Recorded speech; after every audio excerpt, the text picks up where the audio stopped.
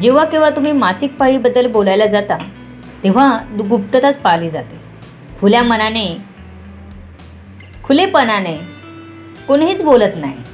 अजूनही 21व्या शतकातही तुम्हाला मासिक पाळीबद्दलचे बरेचसे गैरसमज आणि रूढी परंपरा पाळल्या जाताना दिसतात.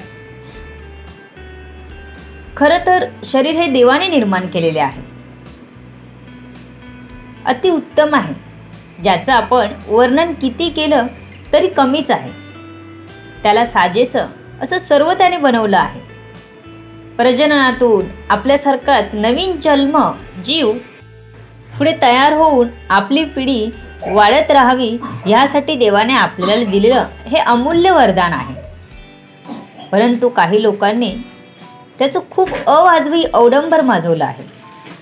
ज्याला ही मासिक पाळी येत नाही ना, त्याला विचारा त्याची किंमत. कितीही पैसे घातले मोजले तरी काहीच ते देऊ शकत नाही. देवाने दिलेल्या प्रत्येक गोष्टीचा आपण आदर केला पाहिजे. काय करू शकतो अशा कोत्या विचारांना?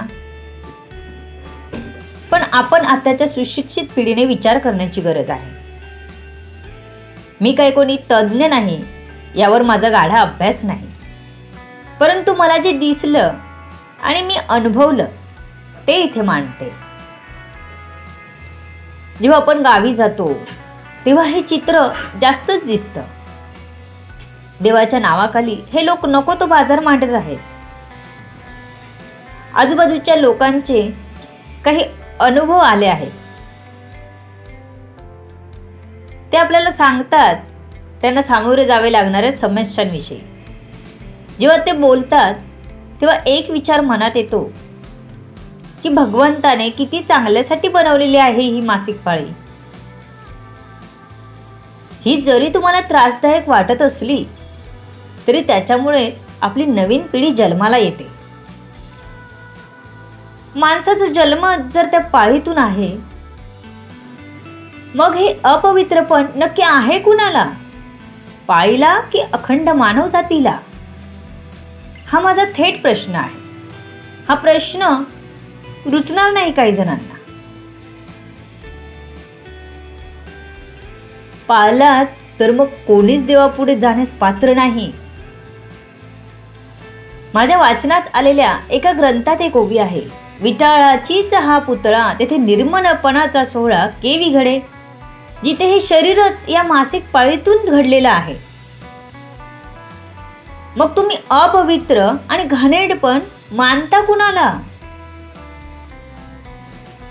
त्या मासिक पाळीविषयी मनात अनेक शंका कुशंका योग्य आहेत का? कितीतरी बायका सणासुदाला मासिक पाळी मागे यावी किंवा मग पुढे जावी म्हणून गोळ्या घेतात. हे कितीसं योग्य आहे?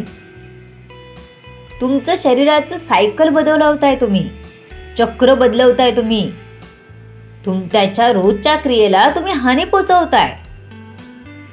तुम्ही त्याच्या कार्यात अडथळा आणताय, तर ते तुम्हाला तुमच्या शरीराला नुकसान पोचवणारच ना.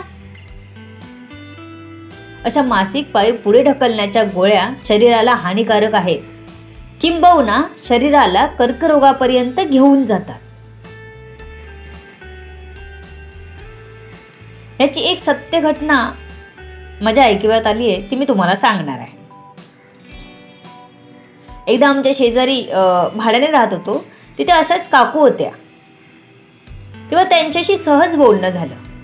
वयाच्या 50शीला त्यांचे सर्व केस पिकलेले होते. तेव्हा त्यांना मी विचारलं, काकू तुमचे केस कसे एवढ्या लवकर पांढरे झाले? तर त्यांनी मला सांगितले की मला युट्रसचा कॅन्सर झाला आहे, आता ट्रीटमेंट घेत आहे. मला हे ऐकून खूप वाईट वाटलं.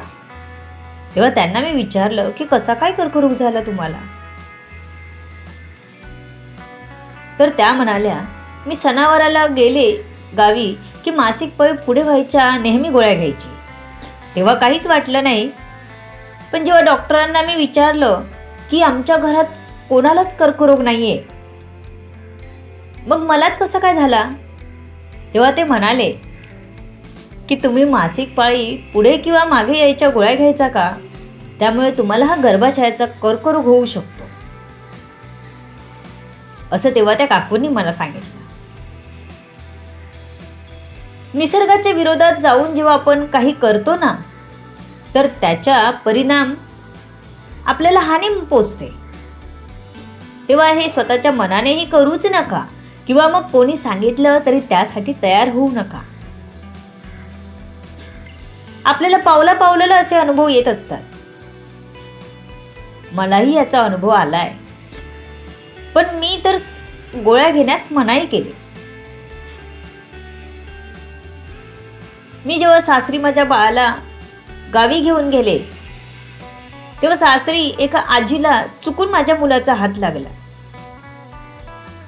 त्या तशाच गेल्या आणि थंड पाण्याची आंघोळ केली त्यांनी.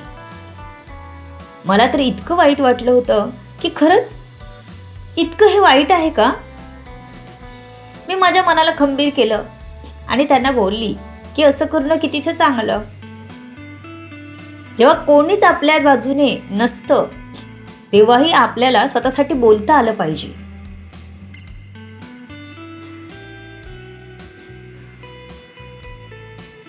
मला सण भेटला पाहिजे ह्यासाठी आपण गोळ्या घेऊन मासिक पाळी पुढे मागे करतो, जाण्याची व्यवस्था करतो. पण आपल्याला माहित नसतं आपण हा आपल्यातलाच खड्डा खणत असतो.